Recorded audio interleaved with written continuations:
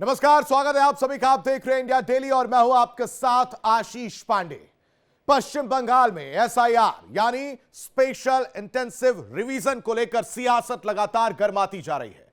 तृणमूल कांग्रेस और BJP party आमने सामने है और चुनाव आयोग की भूमिका पर भी गंभीर सवाल खड़े किए जा रहे हैं। टीएमसी नेता कुणाल घोष ने इस प्रक्रिया को लेकर बेहद तीखा हमला बोला है और इसे सीधे तौर पर बीजेपी का राजनीतिक एजेंडा करार दिया है। टीएमसी नेता कुणाल घोष का कहना है कि एसआईआर के नाम पर पूरी तरह से उत्पीड़न हो रहा है। चुनाव आयोग बीजेपी के इशारे पर काम कर रहा है।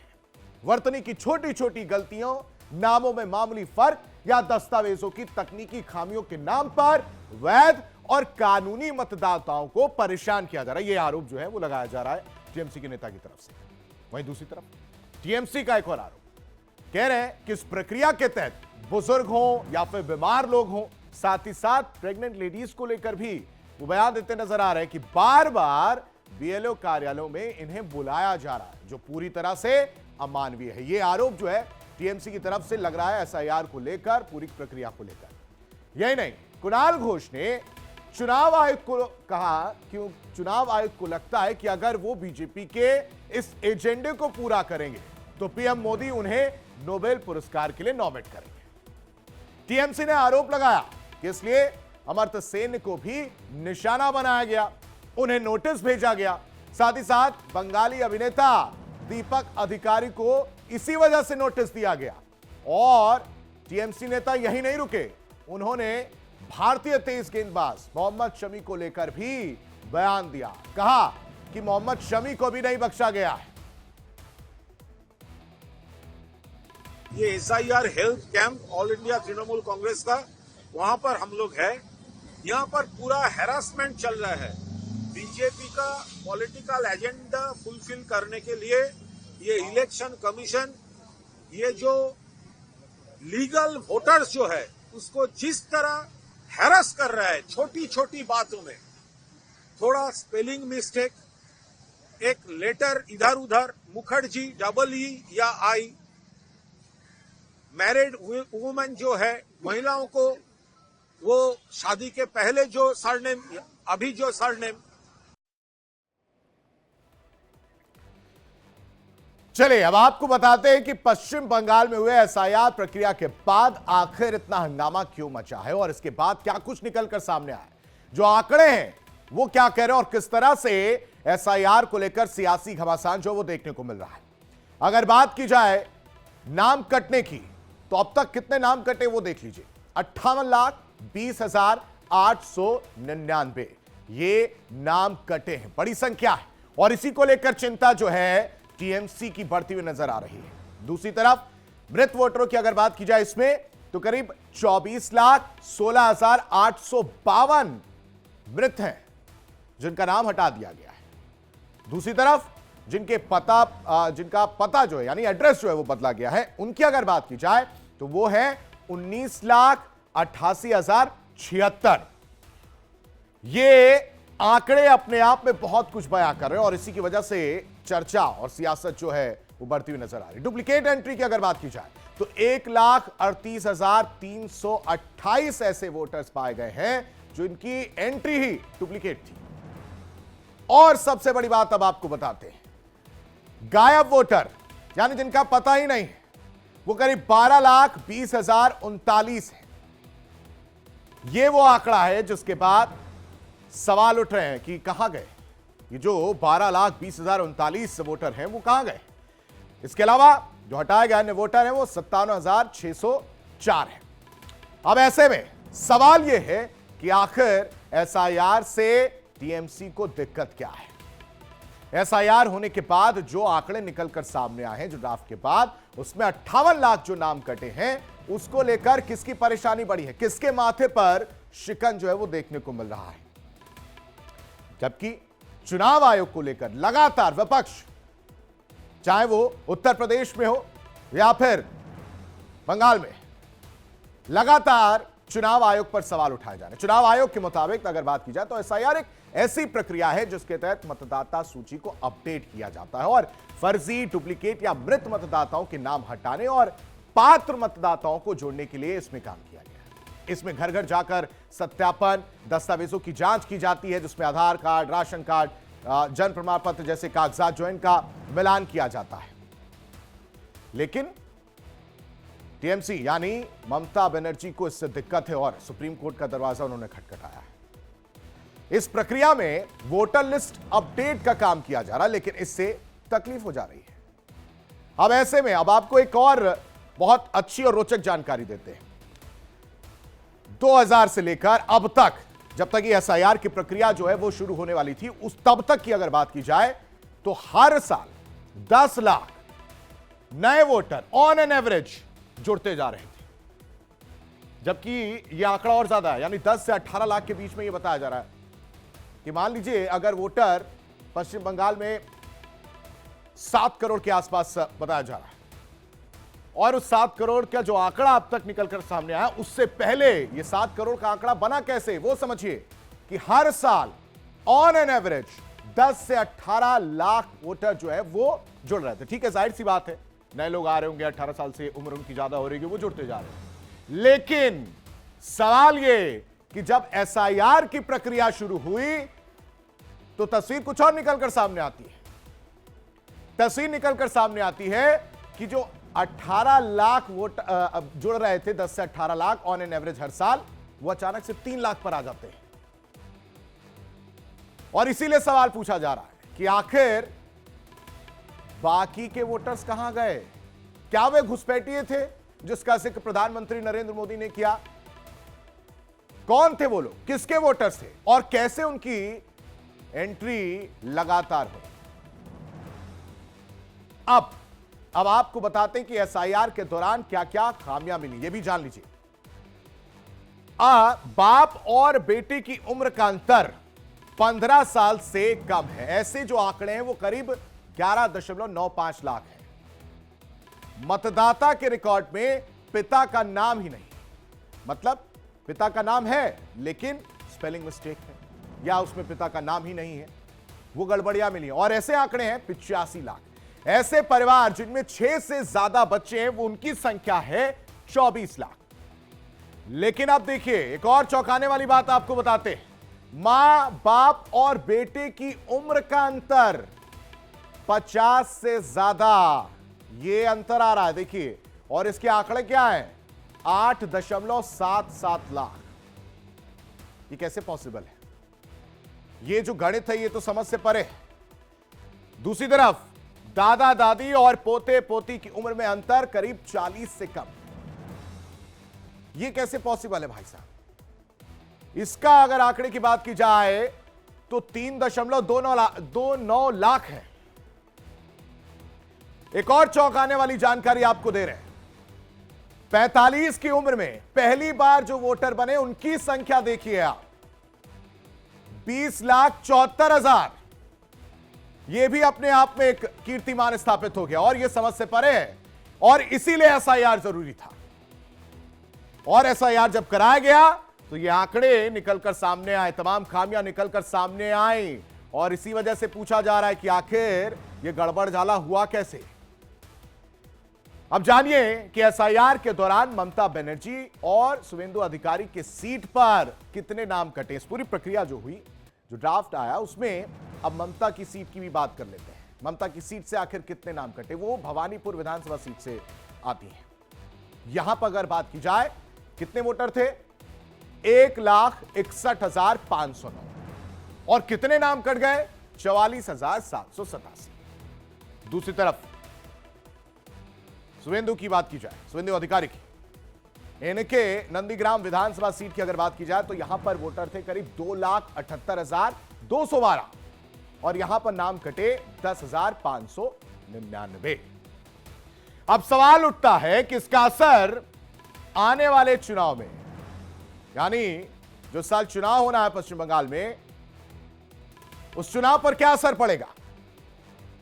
राजनीतिक जानकारों की माने तो अगर टीएमसी इस मुद्दे को जन आंदोलन का रूप देने में कामयाब होती है और इसे बंगाल बनाम दिल्ली की लड़ाई के तौर पर पेश करती है, तो ममता बनर्जी को राजनीतिक फायदा मिल सकता है। दूसरी ओर बंगाल बीजेपी के लिए बहुत बड़ी चुनौती है। अगर बीजेपी यह साबित करने में सफल रहती कि एसआईआर से वास्तव में, जो कि आंकड़े भी कह रहे हैं कि फर्जी वोटरों की सफाई हो रही है और इससे चुनाव निष्पक्ष होगा, पारदर्शिता आएगी, तो पार्टी को शहरी और मध्यम वर्गीय मतदाताओं का समर्थन मिल सकता है। कुल मिलाकर एसआईआर अब सिर्फ एक प्रशासनिक प्रक्रिया नहीं, बल्कि 2026 की सियासी जंग का बड़ा हथियार बन चुकी है।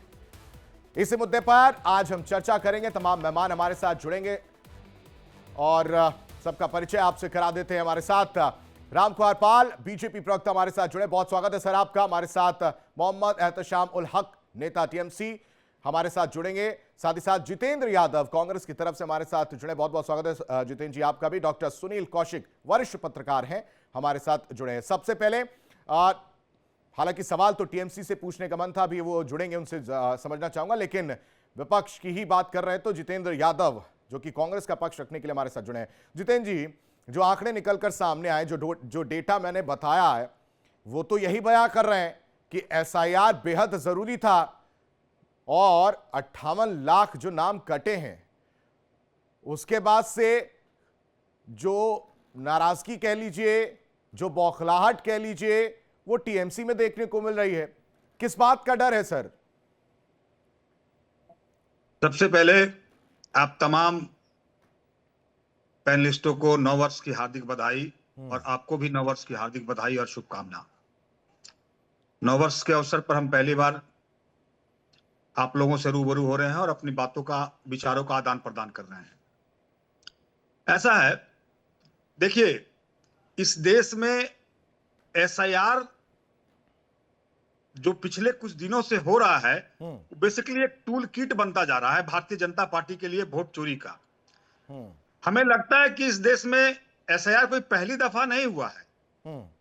इससे पहले भी 7 बार 8 बार हो चुके हैं इस देश के अंदर एसआईआर, लेकिन कभी आपने इस तरह का विवाद सुना था या कभी देखा था?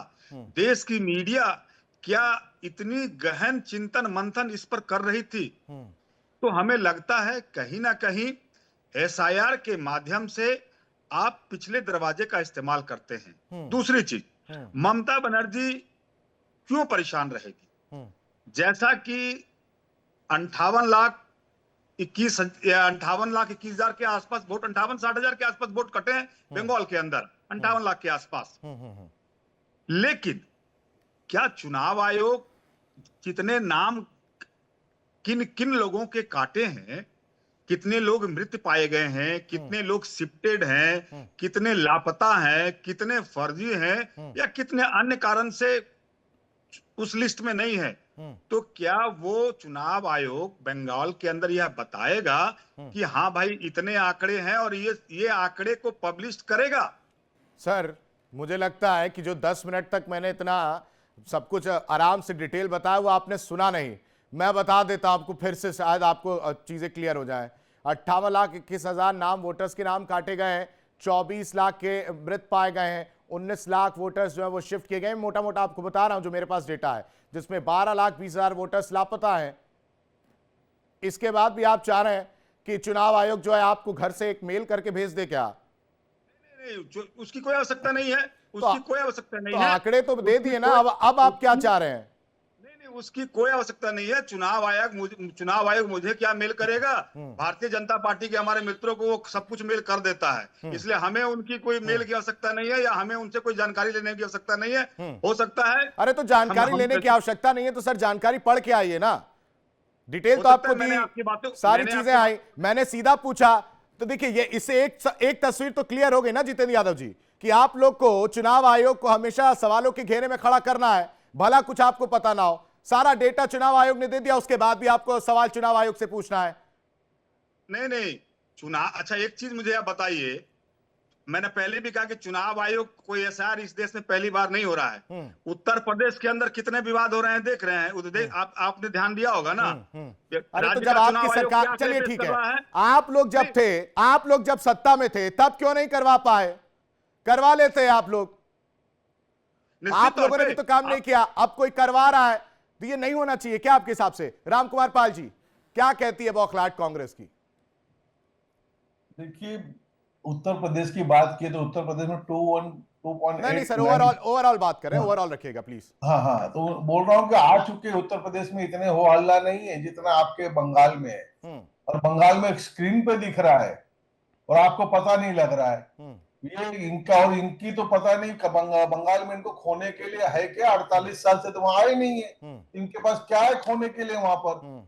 लड़ाई तो नहीं वो TMC ये और कह रहे हमारे बीच है। हैं कि जो एसआईआर की प्रक्रिया है वो आप कराई गई है, पहले नहीं कराई गई। तो मैं तो यही पूछ रहा हूं कि जब आप लोग थे तो करवा लेते, पहले क्यों नहीं करवाया? 12 बार SIR हो चुका है। हाँ, उसमें क्यों नहीं सब चीजें आई? हाँ, ममता जी स्पीकर पे पेपर फेंके और हमारे कानपुर के इनके जायसवाल जी सदन में बयान दिया, तो उन्हें अपना महिंद्रा जी ने दिया। तो ये कम है? उस वक्त SIR नहीं हुआ था, 2003 में लास्ट SIR हुआ था, 2004 में। तब इनसे क्यों नहीं इतनी गहन और इतनी तहत घुसा गया? सखोल तपास क्यों नहीं किया गया? और अब जब हो रहा है तो आप सरकार करिए ना, चुनाव आयोग जो भी लिस्ट देगा उसी पे चुनाव होगा, तो बीजेपी की लिस्ट पे ठीक नहीं है। होगा। एहतिशामुल हक साहब भी हमारे होगा। साथ जुड़ गए, बहुत स्वागत है सर। थोड़ा देर से आप आए तो मुझे लगता है मैं आपको थोड़ा सा ब्रीफ कर देता हूं कि आंकड़े मैंने रख दिए हैं, कौन कितने वोट शिफ्ट हुए हैं, कितने क्या चीजें हुई हैं। मुझे लगता है आपको भी पता होगा, आप कांग्रेस की तरह इस समय नहीं होंगे जिन्होंने आंकड़े ही नहीं पढ़े और कह रहे हैं कि चुनाव आयोग को बताने चाहिए। तो बड़े बड़े अजीब सी बात है। खैर एहतिशाम जी, आप मुझे ये बताइए कि अगर 58 लाख वोट जो कटे हैं और उसमें से जो आंकड़ा निकलकर सामने आया करीब 1 लाख के आसपास ऐसे आंकड़े हैं जो सस्पिशियस हैं, वो कौन है सर? देखिए, सबसे बड़ी बात है, मैं लेट से जुड़ा हूं आरसी जी। देखिए 58 लाख लोगों का नाम जो निष्कासित हुआ, जिसमें 1 लाख सस्पिशियस है। ये देखिए सस्पिशियस है, जिसका समझ लिए कि ये चुनाव आयोग बताएंगे, लेकिन हम आपके चैनल के माध्यम से कहना चाहते हैं, नहीं बता पा रहे सर। वो वही तो कह रहे हैं कि पिछले जब तक एसआईआर की प्रक्रिया जब शुरू हुई उससे पहले तक हर साल बंगाल में ऑन एन एवरेज 10 से 18 लाख जो है वो जुड़ रहे थे, लोग जुड़ रहे थे। और जैसे ही एसआईआर शुरू हुई सिर्फ 3 लाख लोग नजर आए। ये कैसे हो गया सर? ये कैसे जादू हुआ? जी देखिए, सबसे बड़ी बात है आरसी जी, जो प्रक्रिया हो रही है एसआईआर को लेकर के 58 लाख लोगों का नाम निष्कासित हुआ है, हमें उससे आपत्ति नहीं है। लेकिन सबसे बड़ी आपत्ति हमें यह है कि ये रोहिंग्या खोज रहे थे। बंगाल में रोहिंग्या है, बंगाल में इस तरह के लोग रह रहे हैं। मुझे आपत्ति वहां है। 58 लाख लोगों का नाम है, कितने रोहिंग्या है, कितने घुसपैठिया है। मैं चुनाव आयोग और समझ लिए भारतीय जनता पार्टी का भी हमारे राजकुमार पाल जी बैठे हुए, मैं उनसे पूछना चाहता हूं कि कितने रोहिंग्या, हमको उनको पूरा लिस्ट चाहिए। जो 58 लाख लोगों में एक भी नाम है क्या? एक भी नाम नहीं है। ये सिर्फ पश्चिम बंगाल की सत्ता में हासिल करने के लिए इस तरह का एक षड्यंत्र, एक रची रचाई समझ लिए षड्यंत्र ये चल रहे हैं। हाँ। लेकिन इनकी सपना पूरी नहीं होगी। हाँ। मैं एक बात आरसी जी बोलना चाहता हूं कि आने वाले 2026 में हम चौथी बार सरकार बनाने जा रहे हैं ममता बनर्जी की क़यादत में। जब आप सरकार बनाने जा रहे हैं, जब आप सरकार बनाने जा रहे हैं तो तकलीफ किस बात की है? सुप्रीम कोर्ट का दरवाजा क्यों खटखटाते हुए नजर आ रहे हैं आप लोग? क्यों चले गए सर? नहीं जाना था आपको? यही कॉन्फिडेंस ममता जी को बता देते आप। आपकी जवाब देता हूं। हाँ। लोग जो है किसी पक्षपात का ये कर रहे हैं, ये किसी के इशारे पर काम कर रहे हैं, केंद्रीय सरकार के इशारे पर काम कर रहे हैं।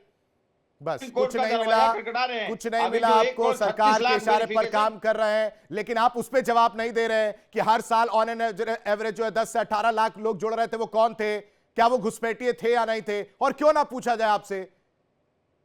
अब तक तो आप ही लोग हैं ना वहां पर, और ये क्यों ना कहा जाए कि वो घुसपैठिए ही थे? 18 लाख अगर लोग जुड़ रहे थे, बिल्कुल नहीं घुसपैठिया, एक भी घुसपैठिया, मैं तो बोल रहा हूं। तो सर कहा गए? एक भी घुसपैठिया का नाम आप लोगों ने क्यों नहीं निकाला चुनाव आयोग ने? हाँ, इस तरह का हम पूछना चाहते हैं। सुनिए, जो वो सस्पिशियस लोग हैं वो घुसपैठिए ही हैं, उनका कोई आंकड़ा नहीं मिल रहा है। बहुत छोटा सा सवाल बीजेपी की तरफ से, इसका जवाब लूंगा और उसके बाद सुनील कौशिक जी आपके पास आता हूं। राम कुमार जी जवाब देता हूं कि जो एसआर हो रहा है वैध और अवैध मतदाता का हो रहा है। और आपके बॉर्डर पे जो हजारों की संख्या में जा रहे हैं वो कौन लोग हैं? और जिस झोपड़ियों में आप आग लगा के सबूत नष्ट कर रहे हो, किसकी झोपड़ियां हैं? क्या बांग्लादेश के रहवासी की झोपड़ी में आग लगा रहे हैं और बांग्लादेश के रहवासी उस बॉर्डर में जा रहे हैं जो हजारों की संख्या में मीडिया दिखा रही है? एहतसाम जी, आंख होते हुए भी दिखता नहीं, ऐसे बोलने से कोई फायदा नहीं है। हकीकत में आइए, और ये घुसपैठिए वाला नहीं है। घुसपैठिए वाला गृह मंत्रालय जब करेगा तब रोना मत, तब मत रोना। ठीक है सुनील जी, पूरी बातचीत आपने सुनी होगी, कांग्रेस की भी और टीएमसी की तरफ से भी। आप बीच बीच में मुस्कुरा रहे थे और अभी भी मुस्कुरा ही रहे हैं, तो मैं जरा इस मुस्कुराहट के पीछे की वजह जानना चाह रहा हूं। साथ ही साथ ये भी बताइए कि जो 58 लाख का ये जो आंकड़ा आया, और इसमें सबसे सोचने वाली बात यह है कि करीब 1 लाख से ज्यादा ऐसे लोग हैं जो सस्पिशियस हैं, जो समझ ही नहीं आ रहा कि कौन है। कैसे देखें इसको? देखिए, ये जो भी लिस्ट से बाहर हो रहे हैं या जो डॉक्यूमेंट्स उपलब्ध नहीं करा पाए, उसकी जांच तो प्रदेश सरकार करेगी, चुनाव आयोग थोड़ी करेगा। चुनाव आयोग का काम ये थोड़ा ही है। और दूसरा सबसे महत्वपूर्ण बात है, पूछ लीजिए कराएंगे क्या वो? बीएलओ किसके हैं? राज्य सरकार के बीएलओ हैं। कोई भारत सरकार ने तो भेजे नहीं, चुनाव आयोग ने तो भेजे नहीं है। यहाँ से जो भी निरीक्षण वोटर्स का कर रहे हैं, वोटर लिस्ट का कर रहे हैं या वोटरों का कर रहे हैं, वो राज्य सरकार के कर्मचारी हैं। तो राज्य सरकार के कर्मचारी ही शॉर्ट लिस्ट कर रहे हैं, तो इसमें सवाल कैसा? जो टीएमसी के नेता कह रहे थे कि साहब घुसपैठिए कितने हैं बताएं, अब घुसपैठिए तो आपकी सरकार तय करेगी कि वास्तव में जो उपलब्ध डॉक्यूमेंट नहीं करा पाए हैं वो घुसपैठिए हैं या वास्तव में जानबूझ के आपके ही राज्य के कर्मचारी जो बीएलओ के रूप में काम कर रहे हैं उन्होंने गलत काम किया है। ये जानकारी आप उपलब्ध कराएंगे चुनाव आयोग को। दूसरी बात, बीएलए कितने हैं आपके, बूथ लेवल एजेंट आपके कितने हैं, बूथ लेवल एजेंट क्या कर रहे हैं? क्या बूथ लेवल एजेंट ने कोई रिपोर्ट ऐसी भेजी है क्या? यदि प्रकाशित वोटर लिस्ट हो गई तो उसका निरीक्षण करके क्या आपके बीएलए इस बात की उपलब्धता आपके राजनीतिक दल को उपलब्ध करा रहे हैं कि नहीं करा रहे हैं? एहतशाम साहब, कि आखिर में इस बूथ पर 20 वोट, इस बूथ पर 50 वोट, 40 वोट ऐसे हैं। जिम्मेदारी तो आपकी है ना, पता करिए, चुनाव जीतना है ना आपको, पता करिए। देखिए आशीष जी, मैं आपको एक बात कहना चाहता हूं। ठीक है, उन्होंने बहुत अच्छे ढंग से एक्सप्लेन किए, बीएलओ हमारे हैं, बीएलए जो है हमारे हैं। ये बात स्टेट गवर्नमेंट के अंदर में आता है, लेकिन इसका शुद्धिकरण केंद्र के हमारे जो है मुख्य चुनाव आयोग के द्वारा हो रहा है। तो ये जो 58 लाख लोगों का नाम निष्कासित हुआ है, उसमें हमें आपत्ति नहीं है। जो अवैध अगर है, मैं उसकी बात कर रहा हूं। जो अवैध है, अवैध कहाँ निकाला गया है? अवैध का निकालने का जिम्मेदारी इनके अंडर में आता है, हमारी राज्य सरकार के क्यों ही करेगी? ये तो समझ लिया चुनाव आयोग के द्वारा है कि ये सामने लाएगा। आपने कहा कि 1 लाख से ज्यादा वोटर है, तो ये जिम्मेदारी जो है, ये सारा काम जो है हमारे चुनाव आयोग का। अरे सुनिए ना, दर्शकों की समझ में आएगा और आपके जो कार्यकर्ता है पश्चिम बंगाल में वो ये शो देख, अरे सुन लीजिए ना, शो देख रहे हैं, उनकी भी समझ में आएगा। ये घुसपैठिए कैसे कौन चिन्हित करेगा इसको? घुसपैठिए चिन्हित करेंगे, केंद्र सरकार के ये चिन्हित करेंगे। कैसे? किसके द्वारा? किसके द्वारा? किसके द्वारा? किसके द्वारा? किसके द्वारा? अरे घुसपैठिया जो यहाँ अगर इन केस आए हैं तो वो समझ लिए आए हैं, नहीं रह रहे हैं, आए नहीं रह रहे हैं, जो वोटर लिस्ट में नहीं है, जो लोगों के नाम काटे गए। नहीं है सर, ये इसका जिम्मेदार केंद्र सरकार है। कैसे आया? कैसे होगी केंद्र सरकार? कैसे केंद्र सरकार हो गई? नहीं, मेरे गार्ड ने, मैं कह रहा हूं कि बॉर्डर पे गलती हो गई केंद्र सरकार की, तो आप क्या कर रहे हैं वहां पे? बिल्कुल नहीं, कैसे गलती होगी? जानबूझ के काम कर रही है। अरे हम कर, तो फिर आप क्या कर रहे हैं? आपकी सरकार क्या कर रही है?